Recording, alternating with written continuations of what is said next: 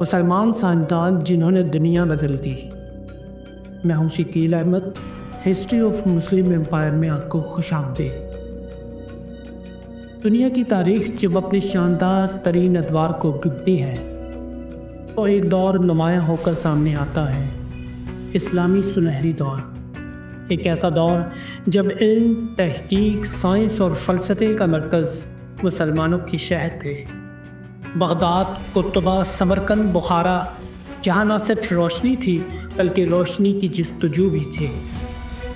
یہاں کے علماء نے وہ کارنامے انجام دیے جو آج کی جدید سائنس کی بنیاد بنے۔ یہ کہانی ہے ان مسلمانوں کی جنہوں نے کائنات کے راز کھولے، جنہوں نے انسان کو خود اس کی حقیقت سے روشناس کرایا۔ یہ وہ سائنسدان تھے جنہوں نے نہ صرف سوال اٹھائے بلکہ جوابات بھی دیے۔ یہ وہ معجزہ تھے جنہوں نے دنیا کو ایک نئی سمت دی۔ محمد بن موسیٰ الخوارزمی، الجبرا اور الگورتھم کے بانی۔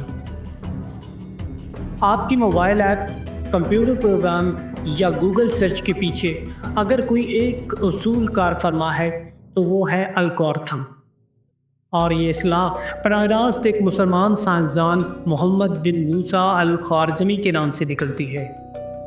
9ویں صدی میں بغداد میں پیدا ہونے والے الخوارزمی کو دنیا الجبرے کا باپ مانتی ہے۔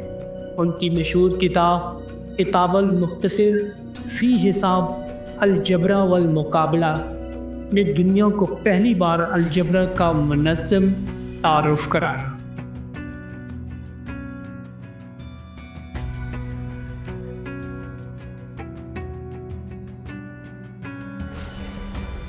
انہوں نے صفر کے تصور کو فروغ دیا جو جدید ریاضی اور کمپیوٹنگ کی ریڑھ کی ہڈی ہے۔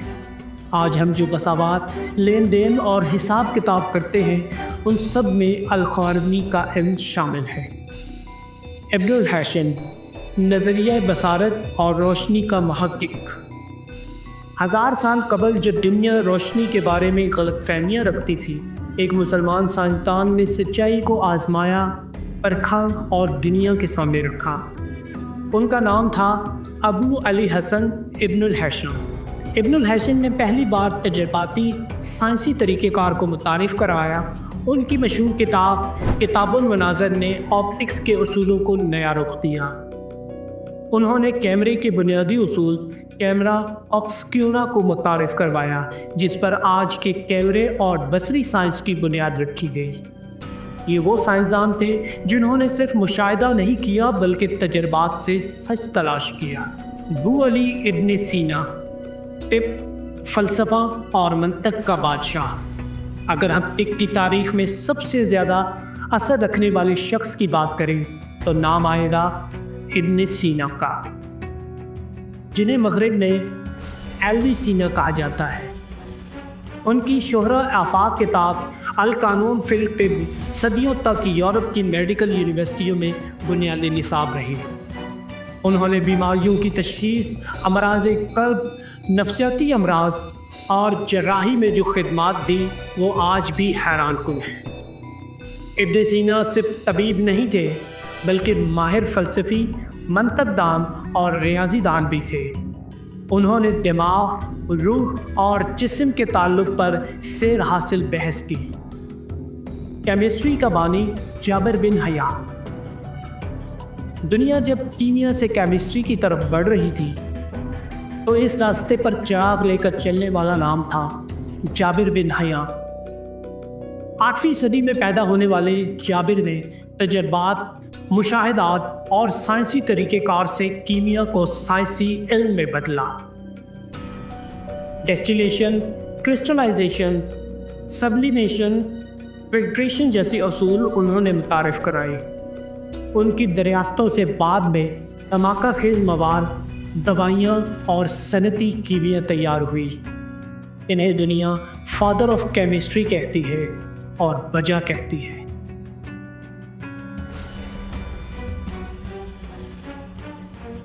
الفزاری، اسلامی فلکیات کا بانی۔ محمد بن ابراہیم الفزاری وہ پہلا مسلمان سائنسدان تھا جس نے فلکیات پر عربی زبان میں کتاب لکھی۔ اس نے ہندوستانی فلکیاتی نظریات کو عربی میں ترجمہ کیا اور ایسٹرو لیبل جیسے آلات کی تیاری میں بنیادی کردار ادا کیا۔ ایسٹرو لیبل ایک ایسا آلہ تھا جس نے مسلمانوں کو قبلہ کی سمت، نماز کے اوقات اور سمندری راستوں کا تعین کرنے میں مدد دی۔ الفزاری نے ان علوم کو عوامی بنایا اور فلکیات کو دین و دنیا کے قریب لایا۔ عمر خیام، ریاضی، فلکیات اور شاعری کا مجموعہ۔ عمر خیام کو اکثر صرف شاعر سمجھا جاتا ہے، مگر حقیقت یہ ہے کہ وہ ریاضی اور فلکیات کے ماہر بھی تھے۔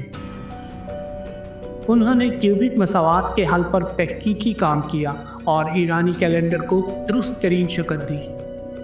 ان کی کیلنڈر اصلاحات آج بھی دنیا کے درست ترین کیلنڈر میں شمار ہوتی ہے، حتیٰ کہ گریگورین کیلنڈر سے بھی زیادہ درست۔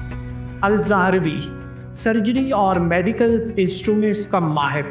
اگر آج ڈاکٹر جراحی کے دوران جو آلات استعمال کرتے ہیں ان کی فہرست بنائی جائے تو اس کے بانی ابوالقاسم الزہروی ہوں گے۔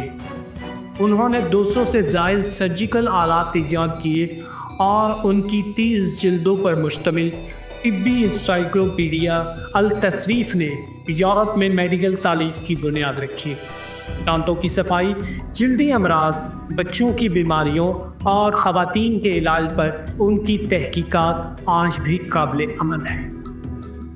دیگر مسلم سائنسدانوں کی جھلک۔ یہ صرف چند نام ہیں، اگر ہم آگے دیکھیں تو ہمیں ملتے ہیں ابن نفیس، جنہوں نے انسانی خون کی گردش کا تصور کیا، الکندی، فلسفے، موسیقی اور حساب کے ماہر، ابو ریحان البیرونی، جنہوں نے جغرافیہ، زمین پیمائی اور تاریخ پر کئی کتابیں لکھی۔ یہ تمام افراد اسلامی دنیا کے روشن ستارے تھے جنہوں نے علم کو دین کا جز سمجھ کر اپنایا۔ یہ سائنسدان صرف ماضی کا فخر نہیں بلکہ ہمارے مستقبل کی کنجی بھی ہے۔ انہوں نے ہمیں سکھایا کہ مسلمان صرف عبادات میں نہیں، علم میں بھی رہنما ہو سکتے ہیں۔ آج ہمیں ان کی تعلیمات کو زندہ کرنے کی ضرورت ہے۔